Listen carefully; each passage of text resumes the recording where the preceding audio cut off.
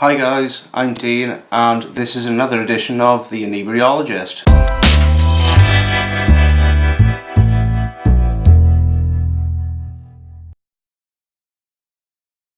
So today I'm going to be talking about another Belgian beer, quite a famous Trappist Belgian beer by the name of Orval, which is brewed by, I can't pronounce the actual brewery, so I'm going to try and read it to you anyway, which is Brasserie de l'Abbaye Notre de Orval, which says right there.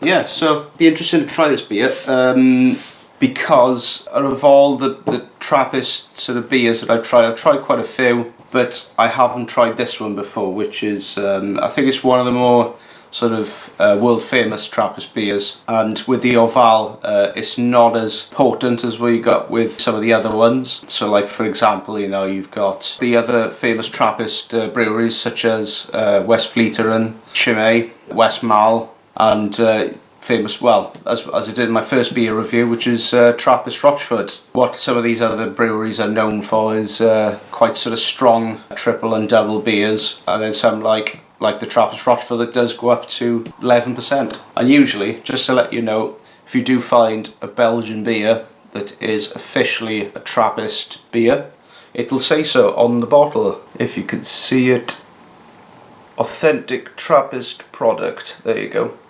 So, and that beer is good until 2022.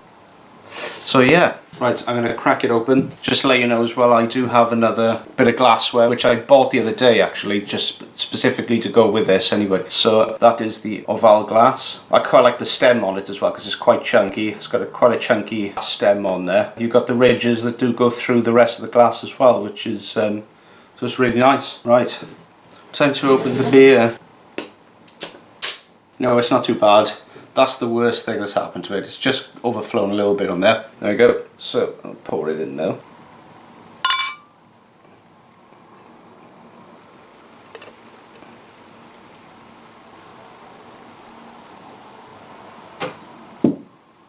Yeah, so as you can see from that, it's very sort of dark amber sort of colour, a little bit hazy. There's a lot of carbonation there. Yeah, there's only about a 1 finger head on it, but as I poured that, you know, it does sort of dissipate quite quickly after a while. It's hard to tell with the camera if it's not really a true representation of it, but it looks more orangey in the camera. It's got more of like a brown tinge to it. Yeah, it's a nice colour to it. So it's like an amber caramel colour. Time for a smell, I think.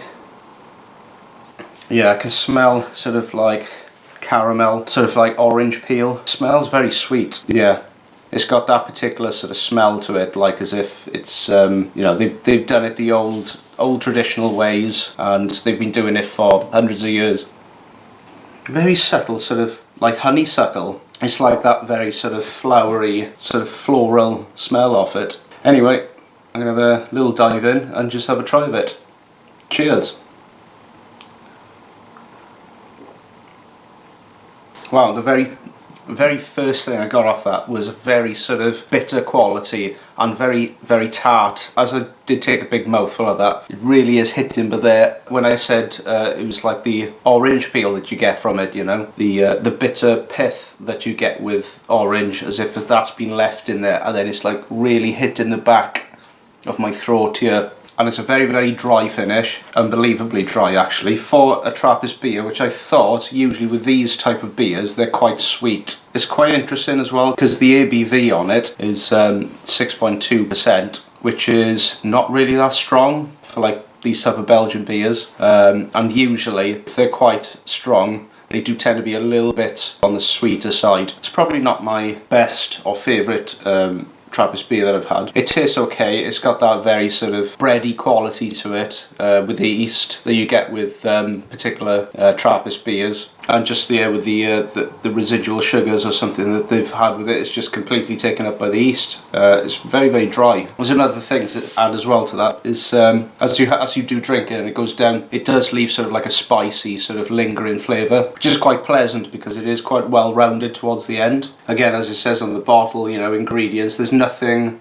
out of the ordinary on it. So, you know, you've got water, malted barley, hops, sugar and yeast. No other additional flavourings or any other types of sort of fermentable sugars that you can put in there, just like your standard sort of recipe really. In the 1001 beers you must try before you die, they were sort of explaining about the dry hopping process with it. So they did dry hop with East Kent Goldings, so maybe that's why it's just tasting a little bit sort of resinous and a little bit dry towards the end. It's a decent beer. I wouldn't say it's my favourite. You know, I've had other beers, the Trappist beers, which do taste a little bit more viscous, a little bit more well-rounded with the flavour. Yeah, but it's not too bad. It's okay, you know. The score I'll give this is about a 3.5 out of 5. And that's probably the lowest I think I've given a Belgian beer, to be honest, I think, because usually all the Belgian beers I have are really, really good, but just on this occasion it's just let it down a bit as he keeps drinking it. Thanks for watching. Don't forget to subscribe to more beer videos, and I'll see you very soon. Iechyd.